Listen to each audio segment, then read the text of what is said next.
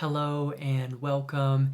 In this video, I'm going to speak about how we can hold our spiritual teachers, divinity and humanity, in a tight conjunction. This is a follow-up on a video I did called Why We Think Our Spiritual Teachers Are Perfect, where I gave a kind of genesis of why it's so easy for us to pedestalize, idealize, and project perfection onto our spiritual teachers. In this video, I'm going to speak about some of how we can begin to remedy that and develop more sophistication, subtlety, and nuance around holding our spiritual teachers and the teachings that we receive from them. So, I remember listening to a spiritual teacher who has a history of sexual misconduct that's fairly well known. And he's cleaned that up in his life. He is a solid spiritual teacher now, of great benefit to many people. Even during the times of his past sexual misconduct, he was a benefit to many people. But that kind of unintegration or lack of integration in that aspect of his psychology was, of course, causing messes. It was causing hurt. It was causing harm. And whenever this topic comes up with the spiritual teacher, I tend to see him get fairly defensive.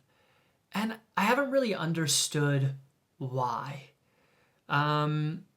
Or I understand why, and I've always desired a deeper kind of responsibility and accountability from him. I want him to be able to say, yeah, I did those things. I did those things. Here's some of why.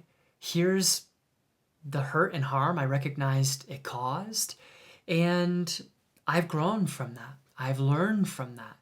And I've done the healing that I've needed to do so that I can continue to be of benefit to other people without acting out these unintegrated patterns. Wow, that would be such an unbelievable breath of fresh air to hear from this particular teacher. And I also think that it would be a gift to all of us who love to listen to him and who benefit from his teachings. And why is that?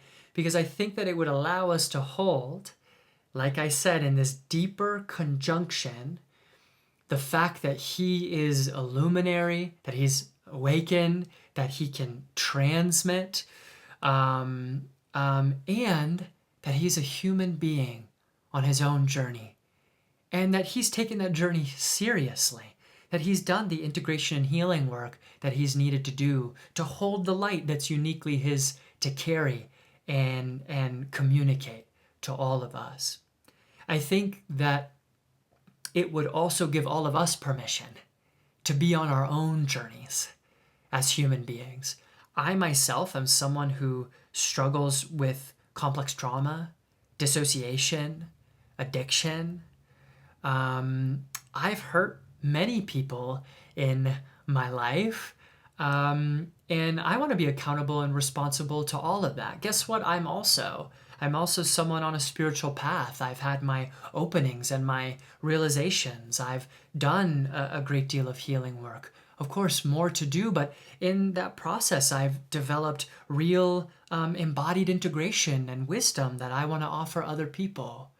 So both of these things are true about me, right? And a teacher communicating to me that both of these things are true about them helps me to hold this with more ease. Because when we find ourselves in the position where we're holding the divinity of our teachers without also holding their humanity, there's a polarization that takes place. And that polarization isn't just in the context of the community, where I'm not noticing the things that the teacher says that actually my intuitive kind of ticker goes, that wasn't quite right. I didn't like that so much.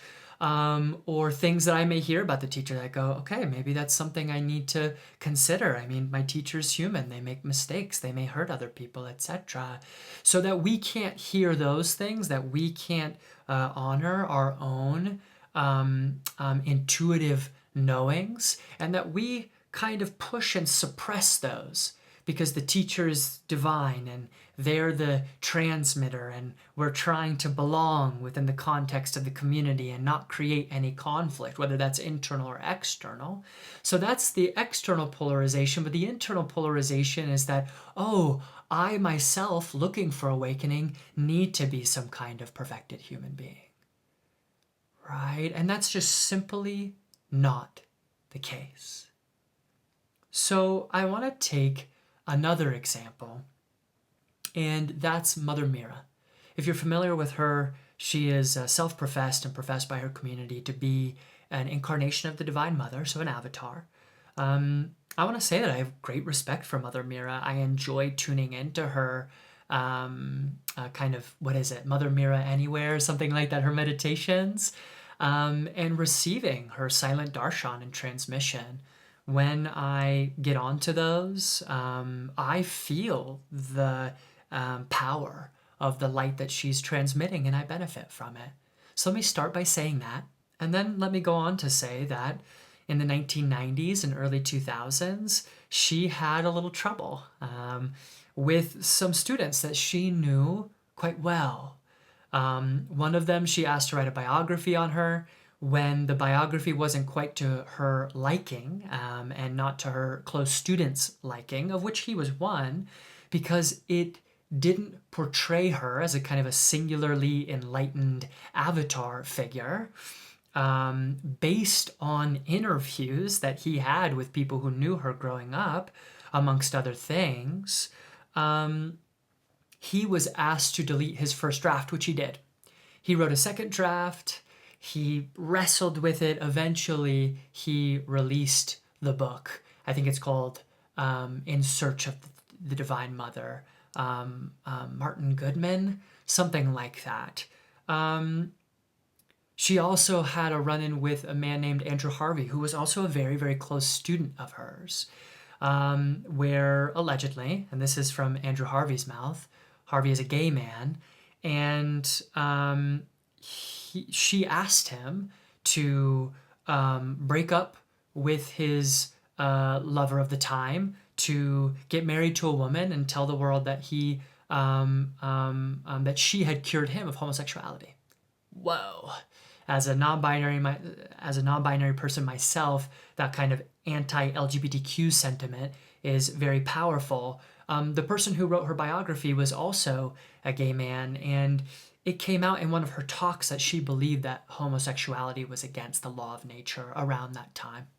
Whether or not that's still true of her, I don't know, but what I can tell you is that her community around that time, and I think still, instead of her really grappling with the messes that were caused, receiving that as potentially a reflection of ways that she was being called to grow and to integrate. She's a Indian woman who comes from a rural village, and India is still a very homophobic place, as is most everywhere, but they're still quite entrenched in that, much more than we are in kind of Western liberal democracies.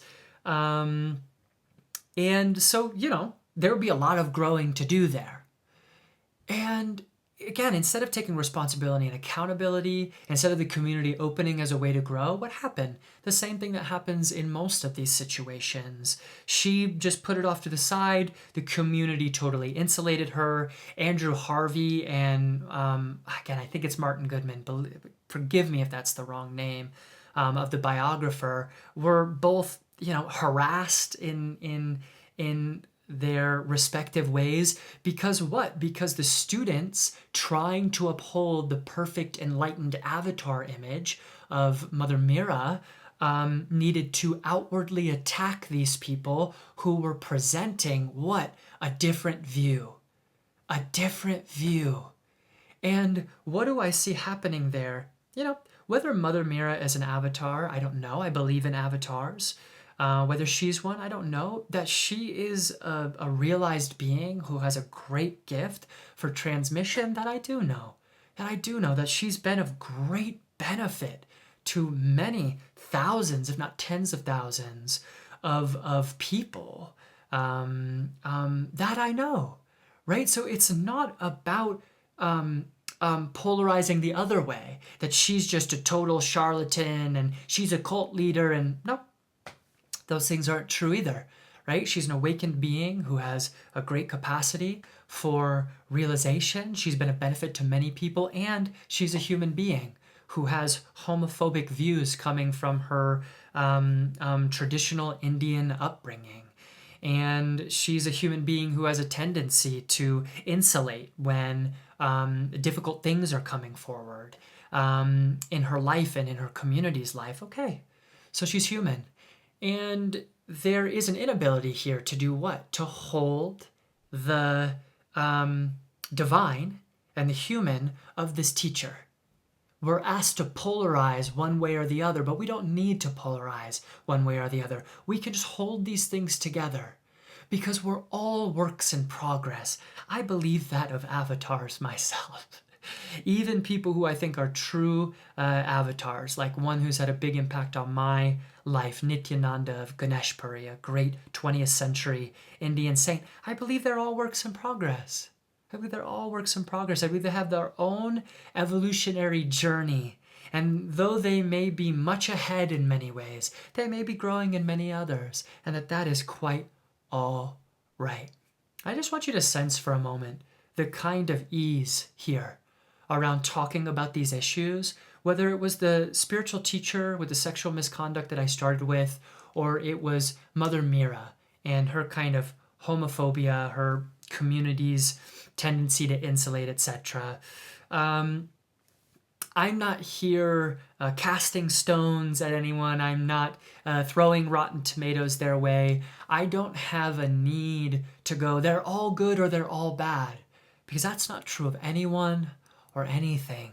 We're all a mixture. And being able to deeply accept that about ourselves, about our teachers, and about our communities allows us to give everyone more permission to be fully human and fully divine. It allows our teachers to be awakened beings who have powerful abilities to communicate and transmit consciousness and light in a way that transforms our lives, and silly human beings that trip over their words, that make mistakes, that even hurt or harm other people as they grow and evolve, that they can be both. That as we listen to our spiritual teachers say some things, and intuitively we go, I don't know about that, we can listen to that because we're probably clocking something unintegrated in the field, unintegrated that our teacher is bringing forward.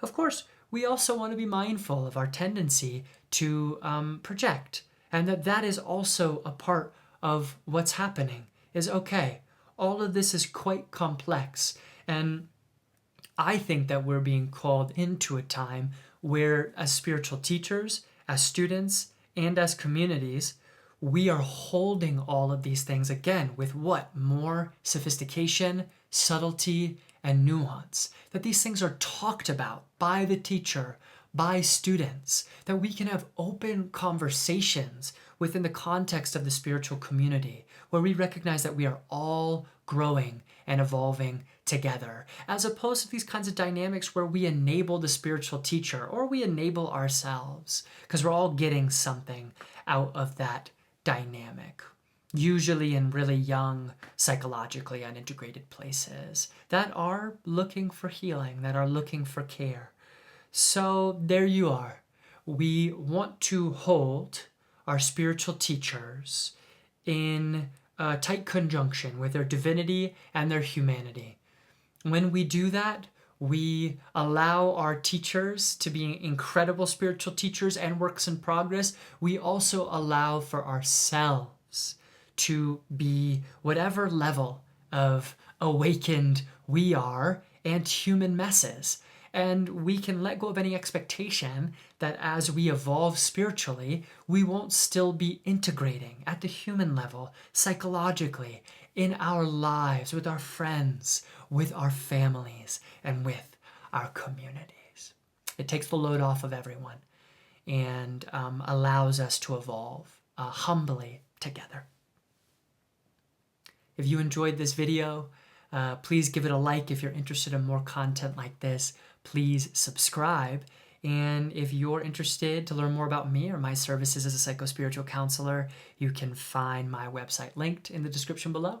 All right, y'all. Thank you so much. Take good care, and I hope to see you next time.